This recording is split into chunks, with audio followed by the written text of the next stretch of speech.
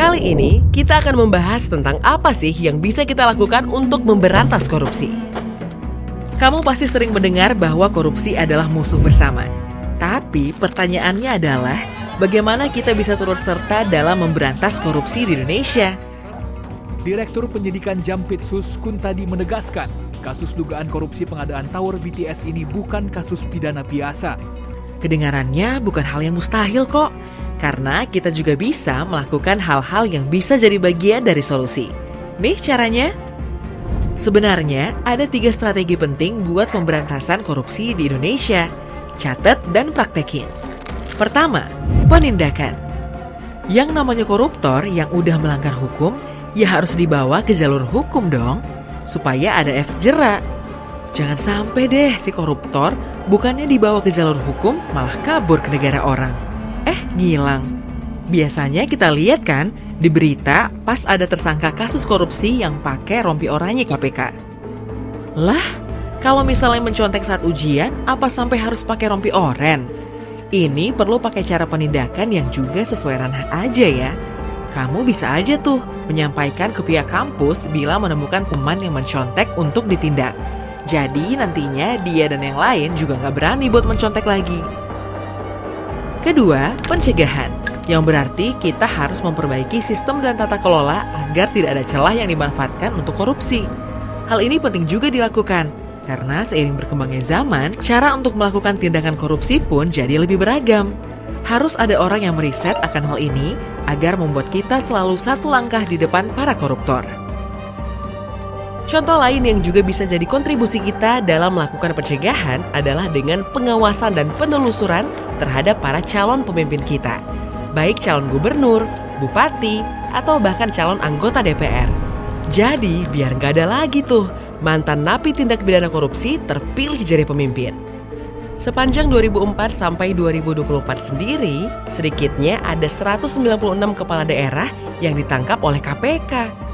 Dari presiden ini, tentu kita perlu secara aktif memeriksa rekam jejak para kandidat saat pilkada. Dan ketiga, pendidikan. Nilai-nilai anti korupsi harus ditanamkan sejak dini. Adapun nilai tersebut terangkum dalam Jumat Bersepeda KK. Jujur, mandiri, tanggung jawab, berani, sederhana, peduli, disiplin, adil, kerja keras. Nilai-nilai inilah yang perlu ditanamkan ke masyarakat termasuk di kampus, supaya generasi selanjutnya bisa terbebas dari kasus korupsi. Tapi yang paling penting, semua strategi ini nggak akan berhasil tanpa peran serta kita semua. Jumat Bersepeda KK harus diamini dan diimani oleh semua masyarakat. Oke, kalau sudah di sini mungkin kalian akan gerah juga. Bagaimana nggak gerah? Kita benci dengan pelaku korupsi, tapi upaya pemberantasannya sangat berat untuk dilakukan sebagai seorang individu. Bagaimana peran individu agar dapat langsung berdampak pada pemberantasan korupsi?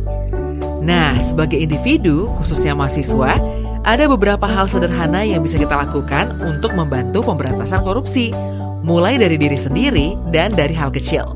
Pertama, sadar dan patuh pada peraturan dan hukum yang berlaku, termasuk peraturan di kampus dan perilaku dalam sehari-hari. Nggak nyontek, datang ke kelas tepat waktu, nggak cuma titip absen aja, ngumpulin tugas nggak molor, atau kalau kamu naik motor, ya nggak lewat trotoar dan menggusur hak pejalan kaki. Ngaku deh, siapa di sini yang masih sering titip absen? Atau malah saling nyontek biar nilai bagus? Itu juga termasuk salah satu ruang untuk memupuk perilaku koruptif loh. Sangat red flag sekali. Yuk patuhi peraturan kampus sekarang juga. Kedua, ingatkan orang-orang di sekitarmu untuk menjauhi perilaku koruptif. Beritahu mereka apa akibat dan dampak pada perilaku koruptif. Tentunya dengan nada bahasa sopan dan persuasif ya. Kamu bisa kasih tahu juga data-data yang mendukung bahwa korupsi itu berdampak langsung buat kehidupan masyarakat, termasuk anak muda. Dari tahun 2014 sampai tahun 2023 aja, kerugian negara akibat korupsi itu mencapai 292 triliun rupiah loh. Gimana hidup kita nggak makin berat? Cari kerja makin sulit, cicilan juga makin buncit, karena biaya hidup kian melejit.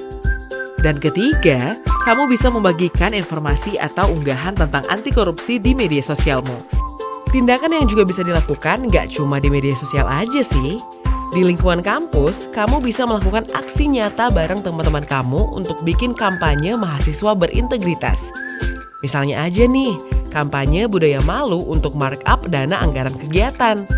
Sebarin brosur tentang perilaku koruptif di lingkungan kampus, atau seru-seruan bikin social experiment dengan misalnya bikin rompi oranye buat yang suka datang terlambat ke kelas. Atau kalau kamu anaknya seni banget, juga bisa tuh bikin lagu tentang perilaku koruptif yang harus dihindari di lingkungan kampus. Ini adalah langkah kecil yang bisa berdampak besar. Dengan begitu akan terjadi domino effect dan membuat orang di sekitarmu akan menjadi lebih peduli dan aware tentang upaya pemberantasan korupsi. Bukan cuma individu aja, organisasi juga bisa berperan dalam pemberantasan korupsi loh. Misalnya dengan melakukan campaign anti korupsi bersama organisasi mahasiswa seperti BEM atau HIMA di kampus. Organisasi juga bisa mendorong kebijakan anti korupsi melalui kajian dan diskusi antara pusat kajian dan kampus. Yang paling penting, pastikan laporan pertanggungjawaban atau LPJ dari setiap kegiatan organisasi dilaporkan secara jujur dan transparan, tidak ada manipulasi. Sekarang pertanyaannya, peran apa yang bisa kalian lakukan untuk ikut memberantas korupsi di Indonesia? Dan bagaimana caranya kamu bisa mengajak orang lain di sekitar kamu untuk ikut berperan serta? Ayo, mulai dari sekarang kita bisa membuat perubahan.